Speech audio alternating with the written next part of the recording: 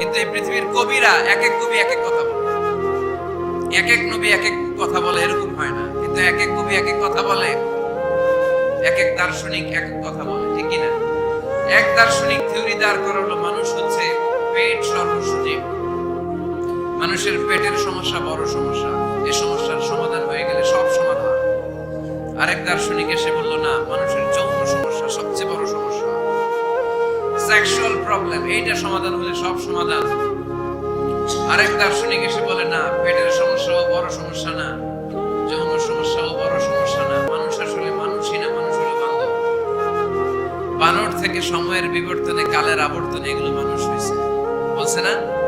তার মানে এক দার্শনিকের কথার সাথে আরেক দার্শনিকের কথার মিল আছে, আওয়াজ করে বলেন। কিন্তু পৃথিবীর একজন নবীর সাথে আরেকজন নবীর কথার কোনো অমিল খুঁজে পাওয়া যায় না, ঠিক কিনা?